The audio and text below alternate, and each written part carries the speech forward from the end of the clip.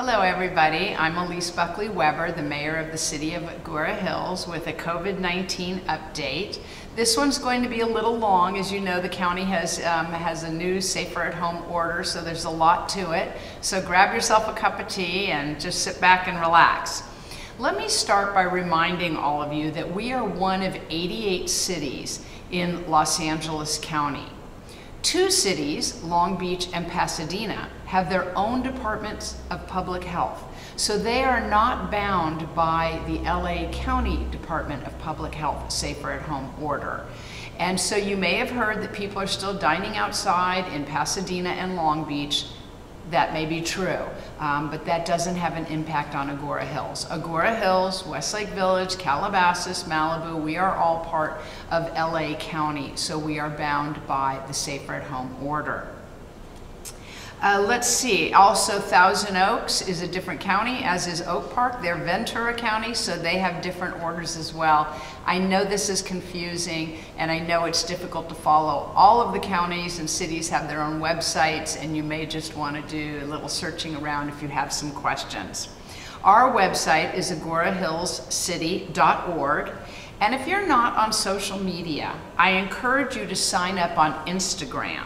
You don't need to post anything that you don't want to, and you don't need to post anything about yourself, but you would be able to follow the city of Agoura Hills, and that's where you're going to get your most up-to-date information. The city will not publish information on social media or on its website until it is absolutely sure and has all of the factual information correct. So you can be rest assured when you see it that that's what it is. So let's start with the confirmed COVID-19 cumulative cases in Agoura Hills. As of this recording, there's 296, and like everywhere in our region, state and country, they are increasing daily. It is thanks to all of your resolve and cooperation that our numbers are not higher than about 1.5% of our residents. Now is not the time to throw up your hands. The light at the end of the tunnel is growing brighter every day. Now is the time to double down, stay at home as much as you possibly can. If you work at home or can work at home, please do so for the next few weeks. The deaths in Agoura Hills stay steady at 6, and as always, to those of you who have lost a loved one to this virus, our hearts and deepest condolences go out to you. I don't usually tell you during the addresses the actual LA County numbers, but I think it's important this time so that you see the magnitude of what's happening in our county. Keep in mind that these numbers that I'm going to give you are 2 weeks behind, so they do not include the Thanksgiving holiday, and we know that the next 2 weeks will be even higher numbers. As of this recording, the daily rate of new cases in the county are 7,593. Up from the average of 2,950 during the July summer surge. This is the highest daily rate since the pandemic started. There are 2,316 people with COVID-19 currently hospitalized, and 24% of them are in the ICU. This is more than 2 times the average seen on November 13th, when the daily number of people hospitalized with COVID-19 was 974. Public health remains convinced not only about the people who are suffering from COVID-19, but also about how increasing numbers in hospitalization could overwhelm the healthcare system. Currently, the county has adequate capacity at our hospitals, and extensive plans are being taken to manage the increases, but a continued surge in cases is not sustainable. Our closest hospital is in Ventura County, and I communicated with Los Robles Hospital yesterday. They do not want someone needing emergent care to delay coming to the ER. They want to reassure you that they have sufficient PPE to support this current surge, and future challenges. Los Robles has not yet activated its surge plans, but the hospital remains a safe place to receive care, and they encourage the community not to delay getting treatment for their pressing healthcare needs. Throughout the pandemic, the largest portion of positive cases in healthcare workers were among people working in skilled nursing facilities. To date, almost 1/3 of healthcare worker cases are people working in skilled nursing facilities.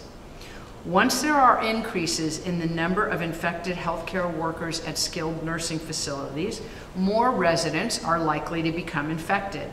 LA County is experiencing increases in cases among skilled nursing facility residents. From November 1 through November 21st, cases amongst residents have increased 89%, from 146 to 276 cases. That's in a 3-week period. LA County is also seeing increases in people residing in skilled nursing facilities passing away from COVID-19. During the week of November 1st, 17 residents passed away. And during the week of November 15th, 2 weeks later, 30 residents passed away. If you did travel or gather over the holiday, it is important for you to quarantine for 14 days. It is very possible that you are exposed to someone who is infected with COVID-19. The Center for Disease Control and Prevention is advising those who travel should test twice during the quarantine period, once a couple of days after you return, and another test taken 5 to 7 days later. Please note that a negative test does not mean you don't need to remain home in quarantine, since the virus can incubate for 14 days. The county's Safer at Home order has been modified for the period November 30th through December 20th, as follows. There's a lot of temporary changes, and I encourage you to go to the county's website at www.publichealth.lacounty.gov and click on Health Officer Orders. Here are some of the more relevant highlights. Number 1, indoor and outdoor dining at restaurants and food facilities is prohibited. Takeout, delivery, and drive-through are still permitted. Number 2, everyone must wear a face covering whenever they are engaging in activities outside their homes where they are or can be in contact with others, not in their household. This includes at gyms, at parks, at beaches. Number 3, all public and private gatherings with individuals not in your household are prohibited, except for faith-based services and protests, which are constitutionally protected rights. Number 4, occupancy limits for permitted activities are as follows. Permitted activities at facilities that operate outdoors where everyone is masked are at 50% maximum capacity. Number 2, essential retail that operates indoors where everyone is masked is now at 35% maximum occupancy. Non-essential retail, which includes indoor malls where everyone is masked, is at 20% maximum shopping center mall occupancy. Personal care services that operate indoors are now at 20% maximum occupancy, and services such as facials or shaves where a person must remove a mask are prohibited. Fitness centers operating outdoors are at 50% maximum capacity. All schools and day camps remain open, adhering to reopening protocols. For information about our school district, LVUSD, visit lvusd.org. Playgrounds, with the exception of playgrounds at childcare and schools, are now closed again. Beaches, trails, and parks remain open. Gatherings at these sites, however, with members outside of your household are prohibited. Golf courses, tennis courts, pickleball courts remain open for individuals or members of a single household. Pools that serve more than one household may open only for regulated lap swimming with one person per lane. Drive-in movies, events, car parades are permitted, provided that the occupants in each car are members of one household. Again, these are only some of the highlights. Visit the county's website for more details. By the way, the CDC's website has information on the proper masks to wear and how to wear them. Please visit the website on the bottom of this screen to be sure that you are wearing it and cleaning it properly. Next Tuesday, December 9th, is the city's reorganization, where a new mayor will be sworn in. It has been an honor to serve as your mayor this past year. I admit it's been one of the bigger challenges of my life, and I appreciate every moment of the opportunity. You are an amazing community, and I know you will do what it takes to protect each other. I want you to know that our city has risen to the challenges of COVID-19, and you couldn't have a harder working city staff or a better city council.